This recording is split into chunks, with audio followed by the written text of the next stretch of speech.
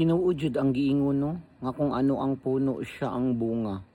Tan-awa karon ang sitwasyon sa Pilipinas kay tungod ang punuan kawatan og abusado ni kuyanap kini padung sa mga sanga ug mga dahon. Daghan kaig mga politician karon sa Pilipinas no nga abusado. Nagdahom sila, nagtuo sila nga kanunay na lang gyud sila powerful no. Unya kung tutuusin, sila ang nagdalag cancer sa Pilipinas ug sa katawhan niini. Mao nang dili jud maayo no, dapat tarong gyud ang mamuno sa Pilipinas aron panulundon sad siya sa tanang mga politician sa iyang kamaayo ug sa iyang dakong balatian para sa Pilipino ug sa Pilipinas.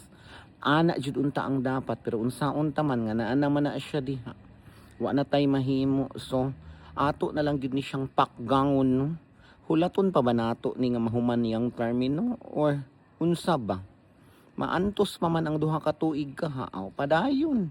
No, kung mao nay giingon nga nakakauna gyud tagtagam no, sa sunod magbantay na gyud ta. Ato na gyung hunahunahon og taman kung kinsa ang atong karapat dapat ibutang nga mamahimong punuan sa Pilipinas ug sa mga Pilipino. Di ba?